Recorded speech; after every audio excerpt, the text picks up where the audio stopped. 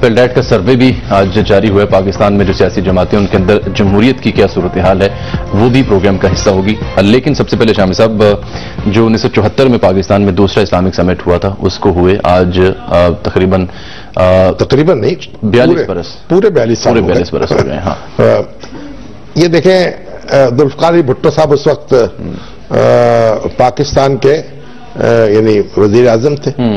1973 کا دستور نافذ ہو چکا تھا. 1974 میں یہ کانفرنس ہوئی نہیں 1972 میں 1974 میں ہوئی ہے سر 74 میں کانفرنس ہوئی ہے. ٹھیک ہے 22 فروری کو جی تو دستور نافذ ہو چکا تھا. وہ وزیر اعظم بن چکے تھے.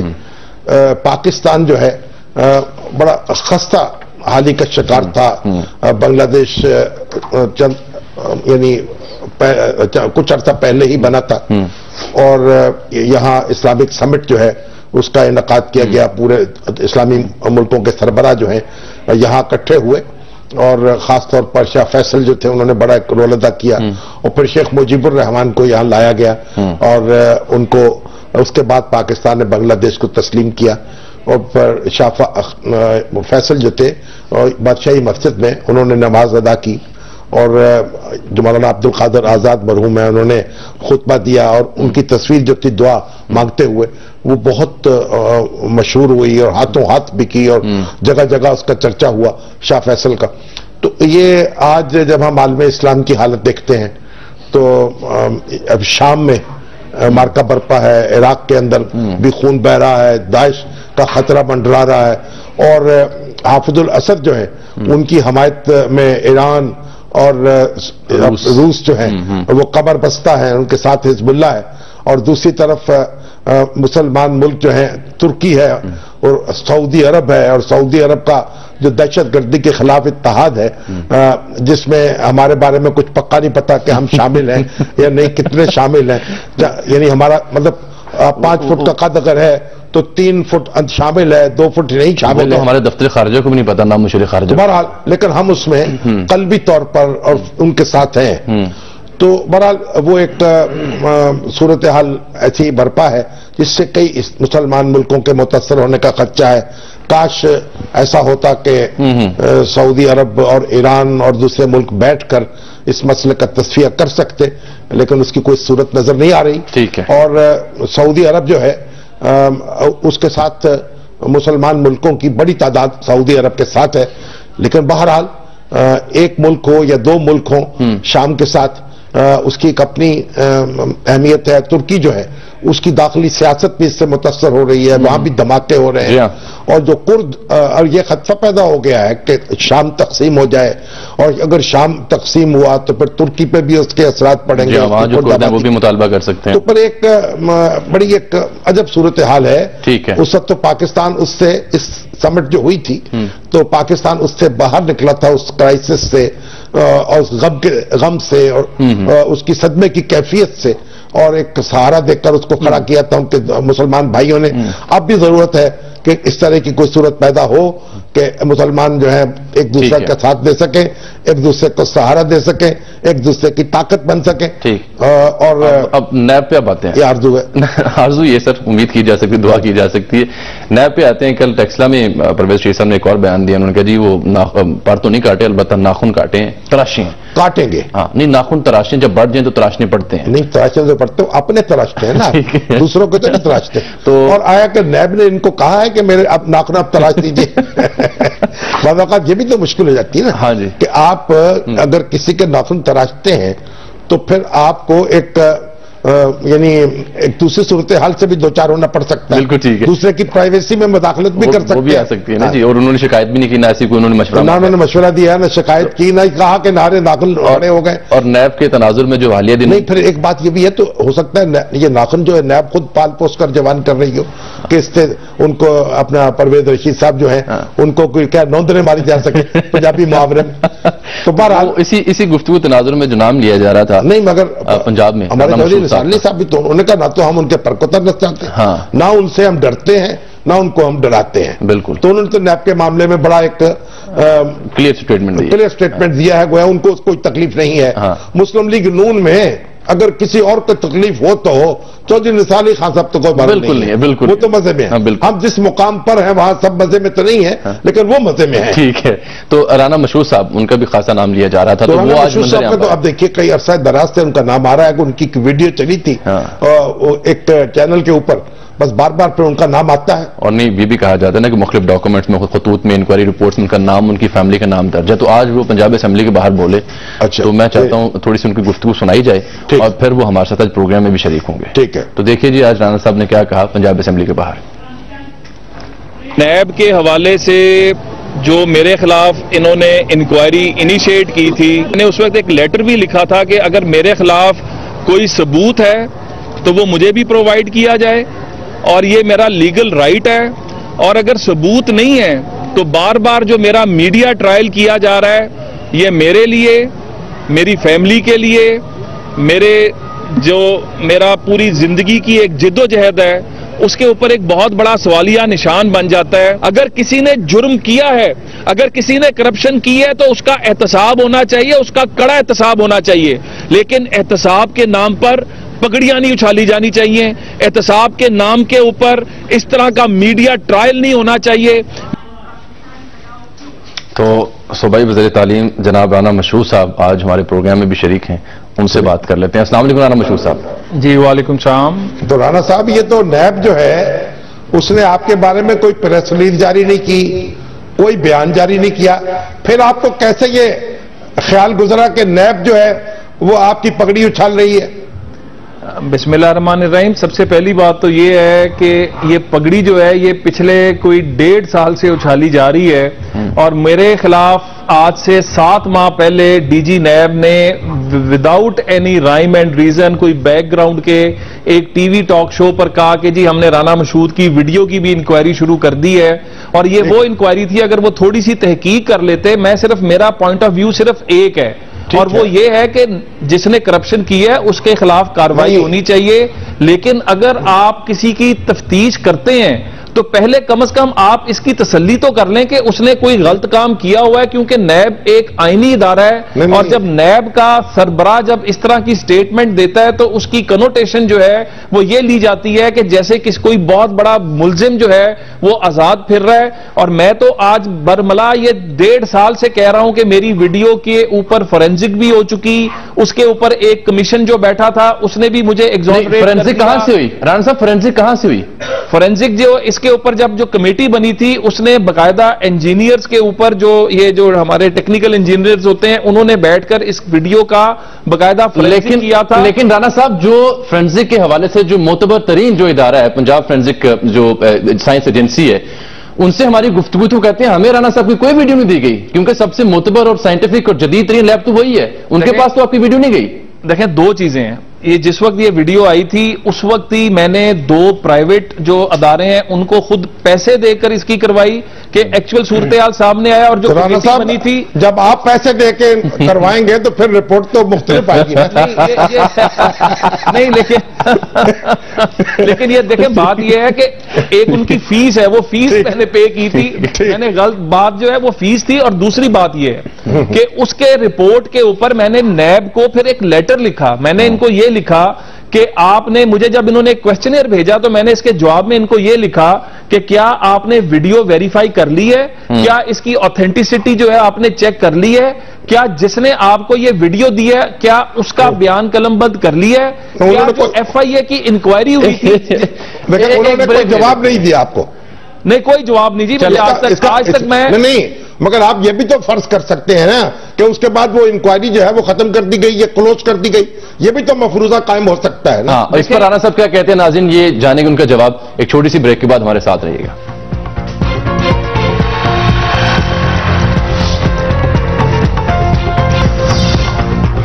جو ہم نے کیا تھا ان کو, ہاں جی وہ بھی ہے, لیکن ایک چٹھی میں نے دیکھ رکھی ہے جس میں ان کا نام, ان کی فیملی کا نام, ان کے صاحبزادیوں کا نام بھی اس طویل فہرست میں جس میں 10 لوگ ہیں وہ لکھا ہوا ہے. اس کا کیا سٹیٹس ہے رانا صاحب؟ دیکھیں بات یہ ہے کہ میں پہلے تو اس کا سٹیٹس جو انہوں نے ریکارڈ مانگا تھا, جو کچھ مانگا تھا وہ سب کچھ دے دیا ہوا ہے. لیکن میرا بھی ایک سوال ہے, وہ یہ ہے کہ پچھلے 1.5 سال سے, اور خاص طور پر اگر نیب کی بات کریں تو پچھلے 7 ماہ سے یہ جو میرے خلاف ایک میڈیا ٹرائل ہو رہا ہے، اور میں دیکھیں قانون بحیثیت قانون دان بھی سمجھتا ہوں کہ اداروں کو احترام ملنا چاہیے، اداروں کو کام کرنا چاہیے، لیکن اس طرح کے وچ ہنٹ قسم کی جو چیزیں ہیں، کسی کی پگڑیاں اچھالنا، نیب ایک آئینی ادارہ ہے، اس نے اگر کسی کے اوپر اگر کوئی انویسٹیگیشن شروع کرنی ہے تو پہلے اس کو اپنی تسلی کرنی چاہیے کہ اس کے اندر کچھ موجود ہے یا نہیں ہے۔ رانا صاحب ابھی ہمارے پاس کوئی ایسی اطلاع نہیں آئی، کوئی ایسی نیب کی پریس ریلیز نہیں ہے۔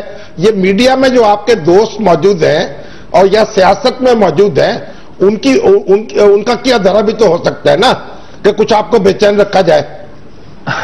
لیکن آپ یہ دیکھیں نا کہ اس کے اوپر اگر آتی خبر، اب 2 دن پیچھے سے کیا خبر آ رہی ہے کہ نیب ذرائع یہ کہہ رہے ہیں کہ رانا مشہود کے خلاف شکنجہ کس لیا گیا یا شکنجہ تیار ہو گیا، تو ذرائع کہہ رہے ہیں۔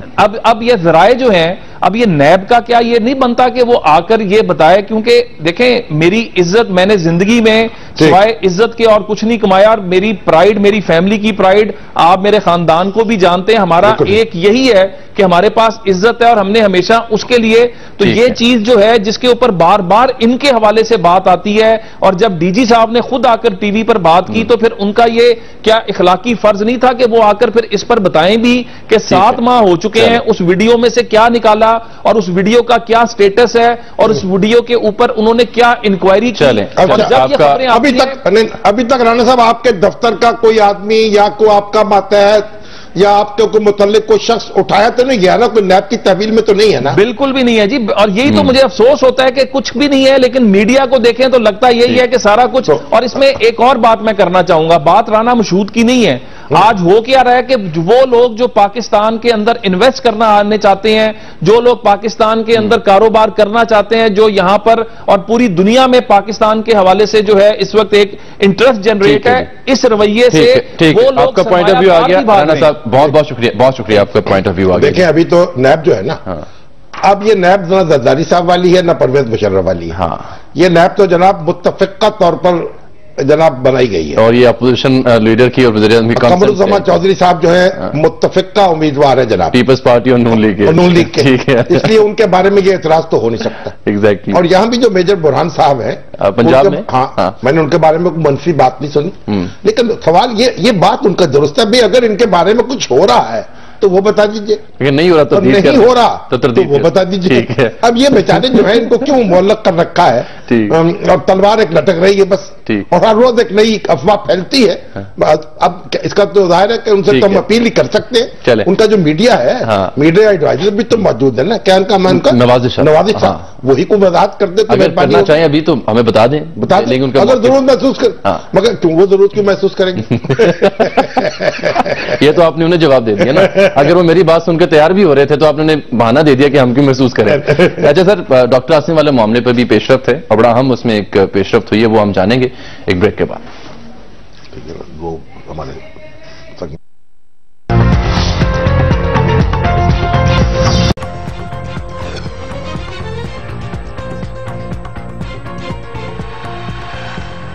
ویلکم بیک ناظرین، ڈاکٹر عاصم کیس کا ہم نے ڈسکس کیا تھا بریک سے پہلے، تو اس میں آج کہا گیا کہ 27 بل تھے، میڈیکل بل تھے جو تفتیشی افسر کو دیے گئے رینجرز وکیل کی جانب سے، لیکن ان میں سے 9 غائب ہیں۔ نہیں، وہ میڈیکل بل وہ ہے جو کہا جاتا ہے کہ یہ دہشت گردوں کا جو علاج ہوا ان کے بل ہیں، بالکل وہ ہے دہشت گردوں کے نام رسیدیں کاٹ کے انہوں نے دی۔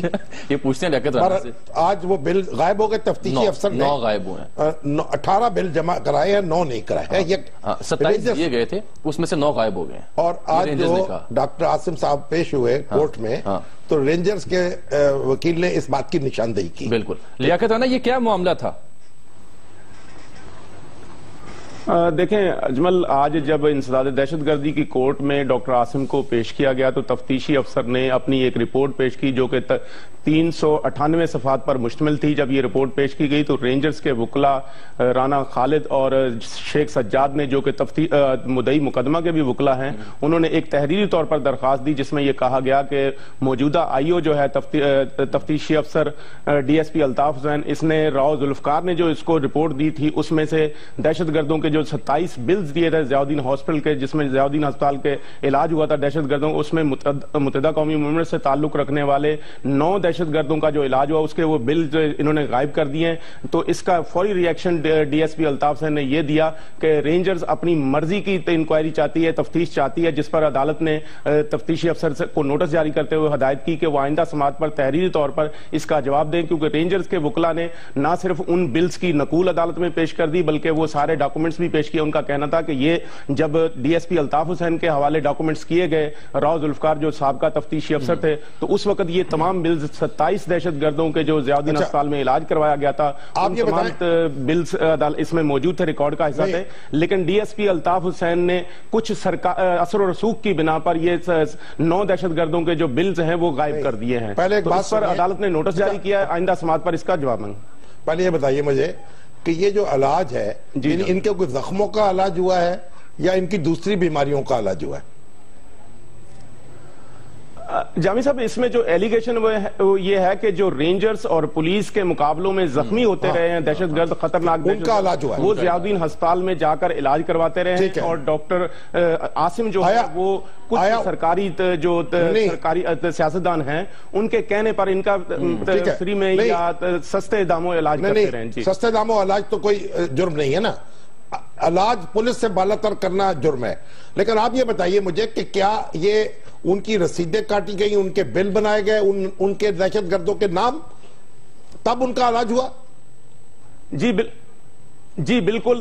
نہ صرف رسیدیں کاٹی گئی بلکہ جو ضیاء الدین ہاسپٹل سے رینجرز نے ریکارڈ حاصل کیا ہے اس میں کمپیوٹر ریکارڈ کے مطابق ان تمام دہشت گردوں کے نہ صرف نام ہے، ایڈریس ہے، ولدیت ہے، آئی ڈی کارڈ کے نمبرز ہیں، اور ان کی جتنے دن یہ اسٹے کیا ہے، اور پولیس کو بتائے بغیر اگر دہشت گرد بات تو سنیں نا میری،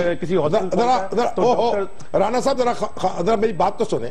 یعنی اس وقت یہ ہسپتال کی اتھارٹیز کو پتا تھا کہ یہ دہشت گرد ہے؟ ہاں دیکھیں، جو ضیاء الدین ہسپتال کے ایڈمنسٹریٹر کا بیان عدالت کے سامنے 164 ریکارڈ ہوا تھا، اس کا کہنا تھا کہ ڈاکٹر عاصم کے علم میں ہر چیز تھی اور ڈاکٹر عاصم کی ہدایت پر، ان کے کہنے پر یہ تمام دہشت گردوں کا علاج ہوتا رہا ہے ضیاء الدین ہسپتال میں. بہت شکریہ دیکھیں بڑی دلچسپ صورتحال ہے کہ ایک طرف تو وہ دہشت گرد ہیں، ان کے زخموں پر مرہم پٹی رکھی جا رہی ہے پولیس کو بتائے بغیر، اعتماد میں لیے بغیر، اور دوسری طرف اس کا حساب کتاب پورا رکھا جا رہا ہے، ایک ایک کی تفصیل رکھی جا رہی ہے، ان کا نام، ان کے پتے، ان کے بل بنائے جا رہے ہیں. ویسے یہ دو متضاد باتیں یہ بڑی عجیب نظر آتی صورتحال، متضاد صورتحال ہے. یعنی اگر تو دہشت گردوں کا علاج ہو رہا ہے اور ان کو معلوم ہے کہ یہ دہشت گرد ہیں، ہم دہشت گرد ہیں، خلاف قانون کام کر رہے ہیں، پھر اس کا ریکارڈ کو رکھا جائے گا، ان کے نام کے بل کو بنائے جائیں گے. یہ اسے ڈوبیس کرتا ہے معاملہ. اور یہ جو اس سے یہ بڑی ایک پیچیدہ صورتحال ہے، بلکہ پراسرار بھی کہہ سکتے ہیں آپ اس کو. اب میں اس سے زیادہ کچھ نہیں کہنا چاہتا. ٹھیک ہے شامی صاحب، جواہر لال نہرو یونیورسٹی میں جو معاملہ دلی میں پہلے یہ تو نہیں سمجھے نا کہ یہ آپ نے کہیں یہاں قائم کر دی. نہیں دلی میں تو وہاں جو پچھلے دنوں صورتحال ہوئی اس کی ڈیٹیل تو بتاتے ہیں، لیکن آج ایک زی نیوز کے ایک بڑے مستند صحافی ہیں وشوا دیپک، انہوں نے ایک بہت تفصیلی خط لکھا جو میڈیا پہ آ گیا، اور انہوں نے زی نیوز کی انتظامیہ سے شکوہ کیا، پورے بھارتی میڈیا کو رگیدا، اور کہا کہ آپ لوگوں نے اس واقعے کی کوریج انتہائی جانبدار کی ہے. کس واقعے کی؟ پہلے سے یہ بتائیں. جواہر لال نہرو یونیورسٹی میں، جواہر لال نہرو یونیورسسٹی میں ایک واقعہ ہوا، ایک جلوس نکلا یا ایک مظاہرہ ہوا، ایک جلسہ کچھ کہہ لیں، اور اس میں جو کنیا کمار ہیں جو اسٹوڈنٹ یونین کے صدر ہیں، انہوں نے تقریر کی، اور افضل گرو جو ہے ان کی جو پھانسی ہوئی اس کے حوالے سے بھی ادارے خیال کیا گیا، اور کچھ لوگوں نے وہاں کوئی پاکستان زندہ باد کے نعرے بھی لگا دیے، شاید بھارت مخالف نعرے لگائے، یا بھارت مخالف نعرے لگائے کوئی جگہ جا. اب ان کی جو تقریر ہے اس کے بعد ان کو پکڑ لیا گیا غداری کے الزام میں. اب وہ جو تقریر میں نے خود سنی ہے اس میں وہ آزادی کی بات کر رہے ہیں، جہالت سے آزادی، غربت سے آزادی، اور یعنی کوئی ایسی بات نہیں ہے جسے وطن دشمنی کہا جا سکے. اور اس کے ساتھ ایک مسلمان جو بعض طلبہ ہے ان کے پیچھے بھی پولیس ہے، ان کو بھی گرفتار کر چکی ہے. تو اب یہ ایک وہاں کی سول سوسائٹی بھی، ایک قانون دان بھی، طالب علم بھی اس پر احتجاج کر رہے ہیں. اور ابھی جو ایک ہمارے اخبار نویس بھائی نے استعفیٰ دیا ہے، یہ بھی اسی کا شخص ہے، وشوا دیپک انہوں نے دیا۔ اچھا جی، یہ شیوم وید جی ہیں، نئی دہلی سے سینئر صحافی ہیں، پہلے ہی ہمارے پروگرام میں کنٹریبیوٹ کر چکے ہیں، وہ ٹیلی فون لائن پر ان سے بات کر رہے ہیں۔ شیوم جی بتائیے گا اب جے این یو میں کیا ہو رہا ہے، اور یہ جو مسلمان اسٹوڈنٹ تھے عمر خالد، کیا یہ واپس آ چکے ہیں؟ جی یہ کل رات کو یونیورسٹی واپس آ گئے اور وہاں یہ چھپے ہوئے تھے، تقریر بھی کری، یہ چھپے ہوئے تھے 10 دنوں سے، یہ اور ان کے ساتھ 4 اور لوگ، 5 لوگ، ٹوٹل 15 لوگ ایسے تھے، 15 اسٹوڈنٹ کو پولیس ان کی تلاش کر رہی تھی، پر 10 دن سے دلی پولیس کو مل نہیں پا رہے تھے۔ پھر وہ آگے رات کو 5 لوگ آگے رات کو، اور عمر خالد جن کا کہ نام بہت زیادہ اچھالا گیا ہے، انہوں نے تقریر بھی کی یونیورسٹی میں، اور خوب سارے اسٹوڈینٹس نے ان لوگ کو ایک طریقے سے سیکورٹی بھی گھیر لیا، اور پتہ نہیں کیوں وائس چانسلر یونیورسٹی کے جنہوں نے پہلے پولیس کو اندر آنے دیا تھا 10 فروری کو، انہوں نے کل رات کو آنے نہیں دیا اور ابھی تک آنے نہیں دیا ہے۔ ان اسٹوڈینٹس جن کے خلاف فکشن اور کرمنل کانسپریسی کے کیسز ہیں، نان بیلیبل کیسز ہیں، وہ ابھی تک اریسٹنگ ہوئے ہیں۔ تو شاید سکتا ہے کہ گورنمنٹ اب جو ہے اس میں تھوڑا پیچھے ہٹ رہی ہے، کیونکہ گورنمنٹ کو محسوس ہو رہا ہے کہ اس میں بہت غلطی ہو گئی ہے۔ جس طریقے سے انہوں نے کیا ہے، جو گورنمنٹ کا کیلکولیشن تھا، وہ بالکل غلط پڑ گیا ہے۔ تو کنہیا کمار جو ہیں اس وقت ان کی کیا صورت ہے؟ جی کنہیا کمار جیل میں ہیں، ان کی بیل کی یاچکا دلی ہائی کورٹ میں ڈال دی گئی ہے، اور ہو سکتا ہے کہ کل پرسوں میں وہ رہا ہو جائیں، اگر نہیں ہوں گے تو 2 یا 3 مارچ کو رہا ہوں گے۔ شیوم جی یہ بھی ساتھ بتا دیں کہ یہ جے این یو پہ بی جے پی کی اتنی نظر کیوں ہوتی ہے؟ بی جے پی کو کیا مسئلہ ہے جے این یو سے؟ جی دیکھیے جے این یو جو ہے بہت بڑا لیفٹسٹ بیسٹین ہے، not just leftist but also communist, اور لیکن صرف وہ ہی نہیں ہے، جے این یو بہت اچھی یونیورسٹی بھی ہے، اور بہت سارے لوگ جو اس وقت بی جے پی گورنمنٹ میں ہیں وہ لوگ خود جے این یو پروڈکٹ ہیں، بہت ہی جانی مانی یونیورسٹی ہے دنیا بھر میں، لیکن وہ لیفٹسٹ بیسٹین بھی ہے، اور پرانی ہمارا جو رائٹ ونگ ہے انڈیا میں، ان کی پرانی شکایت رہی ہے کہ جو اکیڈیمیا ہے، میڈیا ہے، انٹیلیجنسیا ہے، تو اس میں پڑھنے لکھنے والے لوگ ہیں، ان میں لیفٹسٹ کا ڈومینیشن ہے، تو اس کو ختم کرنے کی کوشش کر رہے ہیں، ساری یونیورسٹیوں میں اپنے رائٹ ونگ لوگ بیٹھا رہے ہیں وغیرہ وغیرہ، لیکن اس بہانے سے جو جے این یو میں ہوا، اس بہانے سے جے این یو کو ایک طریقے سے اٹیک کیا جائے، ڈسکریڈٹ کیا جائے، جو گورنمنٹ کے سپورٹرز ہیں سوشل میڈیا میں، وہ صبح شام ابھی تک یہ کہنے ہیں کہ جے این یو کو بند کر دو، تو ایک طریقے سے آواز بند کرنے کی کوشش کی جا رہی ہے، ایک بہانے کا جاتے ہوئے یہ بتا دیں جو ہریانہ میں جاٹ کر رہے ہیں پروٹیسٹ، اس کی کیا سچویشن ہے، اس سے دلی کتنا افیکٹ ہوا ہے؟ جی دلی تھوڑا بہت افیکٹ ہوا تھا، اب ٹھیک ہو گیا ہے، لیکن ہریانہ کے اندر ابھی وائلنس چل رہی ہے، آج شام کو بھی وائلنس ہوئی ہے کافی، وہ ایک کمپلیکیٹڈ سٹوری ہے، اس میں 2 چیزیں ہیں، ایک تو جو پرانی ڈیمانڈ ہے جاٹوں کی، صحیح بات ہے کہ ان کو بھی ریزرویشن ملنا چاہیے، یعنی کوٹا مقرر کیا جائے ان کے لیے ملازمتوں میں۔ جی ٹھیک ہے شیوم جی، بہت شکریہ شیوم وید جی۔ وہ جاٹوں کا مطالبہ یہ ہے جو بیکورڈ اقوام ہے نا وہاں انڈیا کی، یا کمیونٹیز، ان کے لیے کوٹا رکھا گیا تھا۔ اب یہ جاٹ جو ہیں یہ پسماندہ نہیں ہے، یہ کاشتکار ہیں، کھاتے پیتے ہیں، لیکن ان کی طاقت ہے، اور کئی ریاستوں میں ان کا اثر و رسوخ ہے، یہاں تو کوئی 27% آبادی ہے ہریانہ شاید ان کی، اور کئی نشستوں کو یہ انفلوئنس کرتے ہیں۔ ان کا کہنا یہ اب کیونکہ ان کو ملازمتیں نہیں مل پا رہی، یہ کہتے ہیں ہمارا بھی کوٹا مقرر کیا جائے، لیکن مشکل یہ آن پڑی ہے کہ انڈین سپریم کورٹ نے 50% پر کیپ کر دیا ہے کہ 50% نشستوں سے زیادہ کوٹے میں نہیں دی جا سکتی، 50 اوپن میرٹ پہ ہوں گی، تو اب کس طریقے سے اس مسئلے کا حل نکلے گا اور ان کو کوٹا مل پائے گا یا نہیں، اب دیکھیے بی جے پی کس طرح راستہ نکالتی ہے۔ بالکل ٹھیک ہے، ایک بریک لیتے ہیں اور واپس آتے ہیں تو بات کرتے ہیں پٹھان کوٹ واقعے کے حوالے سے، اس کا مقدمہ گوجرانوالہ میں درج ہوا، اس کی آئینی اور قانونی حیثیت کیا ہے، ایک بریک کے بعد۔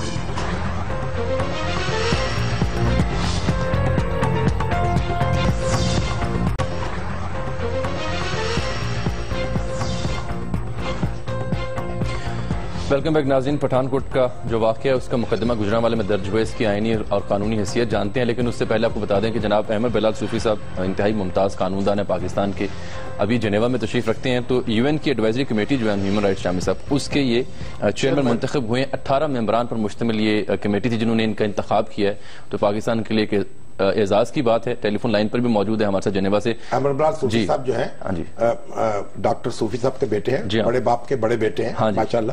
تو صوفی صاحب آپ کو بہت بہت مبارک ہو. جی بہت شکریہ شامی صاحب, تھینک یو ویری مچ. اچھا جی, اب یہ بتائیے کہ یہ جو پٹھان کوٹ کے واقعے کا مقدمہ ہم نے درج کر لیا ہے پاکستان میں, اور اس کے بعد بھی انڈیا کی طرف سے تو ان کے وزراء کی طرف سے کہا جا رہا ہے کہ یہ تو ابھی ناکافی ہے, آگے جب بات چلے گی تو پھر ہم دیکھیں گے. تو کیا دیکھتے ہیں آپ اس کو, یہ کرنا چاہیے تھا, اس کی ضرورت تھی, یا اس کی کوئی افادیت ہے؟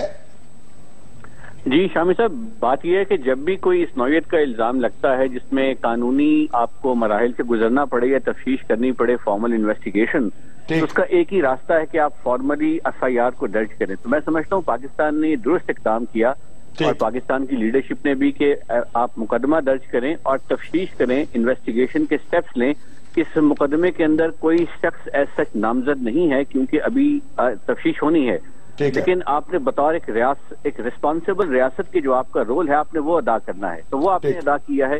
اب اس کے بعد ہی معاملہ آگے کہاں چلتا ہے, کیسے ڈیولپمنٹ ہوتی ہے, تو پھر اس کو ابھی دیکھنا پڑے گا. ابھی تو ہماری ٹیم, تفتیشی ٹیم انڈیا جائے گی, اس کے وہاں کچھ شواہد اکٹھے کرے گی, پھر واپس آئے گی, پھر پتہ چلے گا. اس کے علاوہ بھی ہوگا, کیونکہ صرف شواہد سے پہلے جو تفتیشی افسر ہیں اس نے اپنے آپ کو مطمئن کرنا ہے. اس نے جو انہوں نے جو بھی انفارمیشن ابھی ڈپلومیٹک چینل پر دی ہے اس کو پولیس کی فائل کے حوالے سے اس کا جائزہ لیا جائے گا, اور پھر معاملات آگے بڑھیں گے. ٹھیک ہے, بہت شکریہ آپ کا. احمد بلال صوفی صاحب جنیوا سے بیٹھے ہوئے تھے. منوہر پاریکر صاحب آج پھر بولے ہیں, کل کا ان کا انٹرویو تھا ایک ٹی وی چینل پہ, میں چاہ رہا ہوں دیکھیں کہتے ہیں کیا. دیکھیں جی منوہر پاریکر صاحب جو انڈین ڈیفنس منسٹر کیا کہتے ہیں. کیوں نہیں پاکستان کو جواب دیتے؟ امریکہ نے اسامہ بن لادن کو ڈھونڈ کر کے پاکستان میں گھس کے, امریکہ نے آپ کو پہلے بتایا تھا, جو آپ 6 ڈوگرا کے بارے میں جو کہہ رہے ہیں اس کے بارے میں ہم لوگوں نے آپ کو پہلے بتایا تھا کہ کہاں کرنا, کب کرنا اور کیسے کرنا ہے. تینوں چیزوں ہمارے کنوینئنس کے اوپر رہے گی, اور ہم لوگ ضرور اس کے اوپر کریں گے. ہم لوگ چپ نہیں رہنے والے, بہت ہو گیا ابھی. یہ مجھے کیوں لگتا ہے کہ انڈین گورنمنٹ نے رکھا اسی لیے ہوا ہے. یہ کہتے ہیں کہ پاکستان کے اوپر یعنی یہ کاروائی کر سکتے ہیں پاکستان میں جب چاہیں گے, جب ضرورت محسوس کریں گے, جہاں ضرورت محسوس کریں. تو حضور جب آپ یہ کاروائی کریں گے انشاءاللہ اس کا منہ توڑ جواب بھی آپ کو ملے گا. آپ فکر نہ کریں, آپ ذرا اپنا منہ سنبھالیے. اچھا, آپ نے پروگرام میں ذکر کیا تھا گزشتہ ہفتے کہ جو امرتسر کی اور لاہور کی میٹرو ہے اس میں کمپیرین کسی صاحب نے تیار کیا ہوا ہے. نہیں, وہ جو شفیق عباسی صاحب جو تھے, بڑے بزنس مین ہیں پاکستان کے, ان کا ایک میسج آیا تھا کہ ان کا کوئی موازنہ نہیں ہے. آج انہوں نے کوئی ڈیٹا اکٹھا کیا ہے اور اس حوالے سے وہ پروگرام میں شریک ہونا چاہتے ہیں. ہمارے پاس بیٹھے ہوئے ہیں, یہ آپ چیئرمین فارماسیوٹیکل کمپنیز بھی ہیں. ہاں ٹھیک ہے. السلام علیکم شفیق عباسی صاحب. جی وعلیکم السلام. فارماسیوٹیکل کمپنیز کی ایسوسی ایشن کے چیئرمین. اچھا شفیق صاحب یہ بتائیے کہ یہ جو میٹرو ہے امرتسر کی, جی سر, اس کی کیا نوعیت ہے, یہ کہیں بنی ہے نہیں بنی ہے, اور کیسے کمپیریزن کیا جا رہا ہے لاہور کی میٹرو سے اس کا؟ جی شامی صاحب, جب 2013 کے آخر میں امرتسر گیا تو وہاں کے اخباروں میں یہ عام تھا کہ جی ہمیں شہباز شریف جیسا کوئی لیڈر چاہیے جو ہمارے 2017 کے الیکشن جیت سکے. تو وہاں پہ یہ آ رہا تھا کہ جی ہمیں کچھ ایسا کرنا چاہیے جو انہوں نے لاہور میں کیا. تو انہوں نے کہا جی استنبول کے طرح کی کوئی میٹرو بس ہمیں شروع کرنی چاہیے. انہوں نے اس کا پروجیکٹ بنایا. انہوں نے اس کو پہلے فیز پہ 11 کلومیٹرز کے لیے from Lawrence Road to Khalsa college Guru Nanak university design کیا.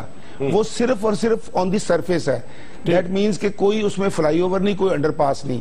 اس میں مال روڈ, لارنس روڈ, کوٹ روڈ اور ریلوے روڈ, ان کو چوڑا کر کے وہاں پہ پلان. ابھی صرف 3 کلومیٹر انہوں نے سڑک بنائی ہے.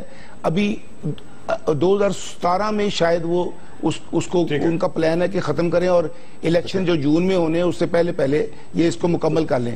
اس کے بعد ان کا دوسرا پلان ہے جو فلائی اوورز کا ہے, وہ گولڈن ٹیمپل اور جلیانوالا باغ سے لے کے ریلوے اسٹیشن تک, وہ یہ 11 ہے, وہ 21 کلومیٹر ہے. لیکن وہ ابھی بڑا لمبا پلان ہے. اس دن میں جمعرات کو جو آپ کا پروگرام سن رہا تھا اس میں جو رشید صاحب تھے, محمود رشید صاحب, وہ یہ کہہ رہے تھے جی وہ اتنے میں بنی, وہ اتنے میں بنی. تو میں حیران ہو رہا تھا, وہ تو ابھی بنی نہیں, وہ تو ابھی شروع ہوئی ہے. اور وہ ابھی اس کا لاہور سے اس لیے کوئی مقابلہ نہیں کہ لاہور میں تو 27 کلومیٹر میں پتہ نہیں 18 کلومیٹر تو فلائی اوورز ہیں. ٹھیک ہے. انہوں نے صرف روڈز کو چوڑا کر کے اور وہ اس کو ابھی اس قابل کیا ہے کہ وہ گرو نانک یونیورسٹی یا خالصہ کالج تک پہنچا. وہ جو اپوزیشن جو ہے آپ کے خیال میں اپوزیشن حقائق سے نا آشنا ہے یا جان بوجھ کر؟ میں نے عمران صاحب خان کا بھی بیان پڑھا تھا, ان کا بھی.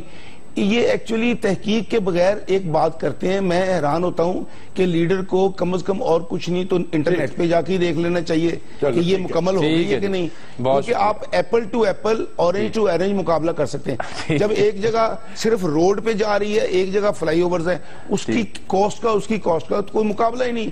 اور دوسرا وہ ابھی بنی نہیں, جب بن جائے گی چلے گی, اس پہ والوو بس نے چلنا ہے, اس کا نام ہے BRTS, مطلب ریپڈ بس سروس, بس ریپڈ ٹرانسپورٹ سروس اس کا نام ہے. تو میں یہ کہنا چاہتا ہوں کہ ہمیں ریکارڈ کو سیٹ رکھنا چاہیے اور قیمتوں کے متعلق. بہت بہت شکریہ شفیق عباسی صاحب, وقت کی قلت ورنہ آپ سے مزید بات کرتے. جناب پلڈیٹ کا سروے ہے, وہ پروگرام ختم ہونے سے پہلے اس کا ذکر ضرور. پلڈیٹ کا سروے ہی آیا ہے کہ مختلف سیاسی جماعتوں میں اندرونی جمہوریت کیسی ہے.